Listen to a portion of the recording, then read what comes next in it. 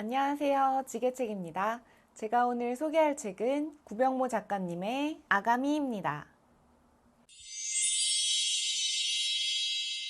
2009년 위저드 베이커리로 청소년 문학상을 받은 구병모 작가님의 두 번째 장편 소설입니다. 2011년 출간된 이 책은 2018년도에 노블 웹툰으로도 나왔어요. 소설의 줄거리는 양혜류라는 한 여성이 먼저 등장합니다. 맞지 않는 직장에서 힘들게 직장 생활을 하던 그녀는 택시를 타고 집으로 돌아가던 중 돈이 모자라 한강다리 중간에서 내립니다. 신세 한탄을 하며 걷던 중 핸드폰을 떨어뜨렸는데 그걸 주우려 다리 난간을 넘어간 그녀는 실수로 강에 떨어집니다. 물에 빠진 해류는 이대로 꼼짝없이 죽게 되는 거라 생각하며 홀로 남겨질 아픈 할머니를 생각합니다. 그 순간 한 남자가 나타나 그녀를 구해 무트로 데려다 줍니다. 강가로 나온 그녀는 그에게 감사의 인사를 하는데 그는 물 밖으로 나오지 않고 그대로 뒤돌아 물속으로 사라집니다. 돌아가는 그 남자의 머리가 바람에 살랑이자 귀 뒤쪽에서 호 모양의 홈이 붉게 패인 것이 보였습니다. 사라진 그가 인어왕자였던 것인지 모르지만 자신이 겪은 이 신비로운 동화 같은 일을 트위터에 올립니다. 그리고 한 남자가 한밤중에 어린 아들과 함께 이내촌이라는 마을에 있는 호수 이내호에 찾아옵니다. 삶을 비관하여 아들을 데리고 동반 자살을 시도하며 호수로 뛰어드는데요. 호숫가에서 10살짜리 손자 강하와 살던 노인이 물가에서 첨벙거리는 소리를 듣고 밖으로 나옵니다. 그곳에서 어린아이를 발견하고 물을 토해낸 뒤 숨을 쉬는 그 아이를 데리고 집으로 옵니다. 할아버지가 아이를 데리고 오자 강하는 욕지거리를 하며 무슨 짓을 한 것이냐고 화를 냅니다. 그리고 그들은 아이를 살피는데요. 아이의 귀 뒤쪽에서 상처를 발견하는데 물이 흐르자 꽃잎이 열리듯 벌어지며 꼭 아가미처럼 숨쉬고 있다는 것을 알게 됩니다. 이튿날 할아버지는 경찰에 신고하려 했지만 강하가 만류합니다. 이 애는 병원이 아닌 연구소 같은 곳에 끌려가는 신세가 될 것이라고 말리는데요. 그렇게 할아버지와 강하는 아무것도 기억하지 못하는 5살가량으로 보이는 어린아이에게 곤이라는 이름을 붙여주고 같이 살게 됩니다. 강하는 곤이를 고기새끼 혹은 금붕어라고 부르며 막대했습니다. 항상 곤이에게 욕을 하며 괴롭혔지만 그러던 중에도 글자를 가르치거나 일상을 함께 해주는 강하입니다. 그렇게 시간은 자연스레 흘러 성인이 됩니다. 그러던 어느 날 초췌한 모습으로 강하의 엄마 인영이 집으로 돌아옵니다. 연기자가 되겠다고 했다가 사기를 당해 약물 중독자가 된 인영은 집에 온종일 누워 있으며 눈을 뜨면 약을 먹고 다시 잠드는 걸 반복합니다. 그런데 항상 약을 먹고 잠드는 아줌마의 상태를 걱정한 고니가 인영의 약을 모두 변기에 버립니다.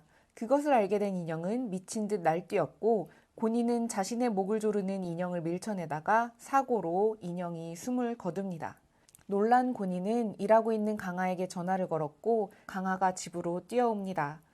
엉망진창이 되어버린 집에서 너무 놀라 정신을 못 차리고 있는 고니를 발견합니다. 후드와 목도리로 고니의 목을 감싸고 자신이 모아둔 돈을 쥐어주며 이 상황은 내가 다 알아서 할 테니 되도록 멀리 조용한 데로 가라고 말하는 강하. 자신을 죽이고 싶지 않냐고 묻는 고니에게 강하가 말합니다. 죽이고 싶지만 그래도 사라졌으면 좋겠다고. 그동안 고니를 업신여기듯 했지만 진짜 형제처럼 고니를 아끼고 있었던 강하는 고니를 멀리 떠나보냅니다. 집을 나선 뒤 떠돌다가 주기적으로 모르는 사람의 핸드폰을 빌려 강하에게 자신이 있는 물가의 사진을 보내왔는데요. 그렇게 강하는 고니 무사히 자신의 삶을 살고 있다는 것에 안도하며 살아가고 있었습니다. 고는 떠돌다가 민박집과 함께 운영하는 손님이 드물게 오는 한 구멍가게에서 조용히 지냅니다. 그런 그의 앞에 해류가 찾아옵니다. 그냥 손님인 줄 알았던 해류는 자기는 당신이 강에서 구해줬던 사람이고 강하의 이야기를 전하기 위해 왔다고 말합니다. 강에서 자신을 구한 인어왕자에 관한 글을 본 강하는 해류에게 연락해 만나자고 했습니다. 해류를 만난 강하는 고니에 대한 모든 이야기를 해류에게 들려줍니다. 그 녀석에게는 다하지 못한 속마음까지 이야기하며 곤에 대한 애틋한 마음을 터놓습니다.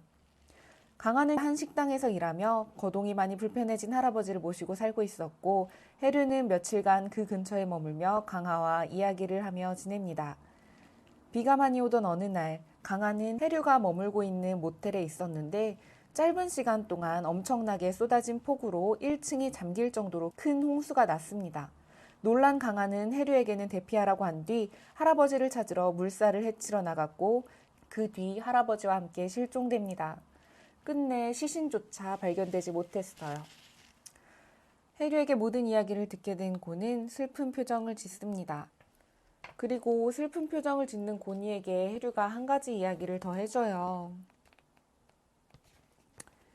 그 사람이 당신의 이름을 잘 부르지 않았던 이유를 알아요? 당신의 이름은 할아버지가 아니라 그가 지은 거래요. 장자의 이야기 속에서 곤이라는 커다란 물고기는 나중에 더 거대한 새가 되어 하늘로 날아가는데 당신 이름을 부를 때마다 그 이야기가 생각이 났대요. 곤이라는 이름을 붙여줬지만 강아가 항상 고기 새끼라고 불렀던 이유는 곤이라고 계속 부르면 실제로 자신을 떠나게 될까봐 일상적으로 부르는 것을 두려워했던 것이고요. 이야기를 듣던 곤은 해류를 뒤로 한 채 물 쪽으로 천천히 걸어 들어갑니다. 이렇게 소설이 끝난 후 에필로그가 나오는데요. 한 소녀가 바닷가에서 놀다가 가지고 놀던 비치볼이 파도에 쓸려 내려가 울고 있는데 누군가가 텐트 앞에 가져다 놓습니다. 그걸 보고 그 사람을 쫓아 달려나간 소녀는 물에 젖은 한 아저씨를 만났는데 그 아저씨는 원래 바다가 좋아서 물에 아주 들어가 사는 사람이라고 말했고, 왜 바다에 사느냐고 물어보는 소녀의 질문에 아주 중요한 사람을 찾고 있다고, 사실은 중요한 사람의 시체를 찾고 있다고 말하고는 뒤돌아갔다고, 그 아저씨의 목과 귀 사이에 깊이 패여있는 상처를 봤다고, 인어왕자를 봤다고 엄마에게 이야기를 하는 소녀. 에필로그를 보고는 더 먹먹했습니다. 이제 막 성인이 되었던 고니가 지금 소녀가 말한 아저씨가 될 때까지 강아와 할아버지를 찾아다니고 있었다는 것에 대해서 울컥했습니다. 고니가 얼마나 그들을 그리워했을까요? 어떤 삶을 살아갔을지 생각하면서 책을 다 읽었습니다. 그리고 바로 요 노블 웹툰을 주문했잖아요. 만화가 이경환 님이 그려주셨는데 그림체가 너무너무 마음에 듭니다. 딱 적당한 내용들만 추려서 한 권을 만들어 주셨는데 진짜 10분 만에 호로록 다 읽어버렸어요. 소설을 보고 이미지를 홀로 떠올리다가 이렇게 시각적으로 직접 보게 되면 만족하는 경우와 그렇지 않은 경우가 있는데 이번에는 완전 만족했어요. 간단하게 우리 주인공들의 모습을 보여드리자면 이렇게 슬픈 눈을 가진 곤이고요. 그리고 어린 강아와 할아버지 그리고 곤의 모습이고요. 곤이에게 막대하면서도 챙겨주는 모습이 손톱을 깎아주는 장면이 어릴 때와 조금 컸을 때 이렇게 두 번 나오는데 강아가 곤을 어떻게 대했는지 딱 설명이 되는 장면입니다.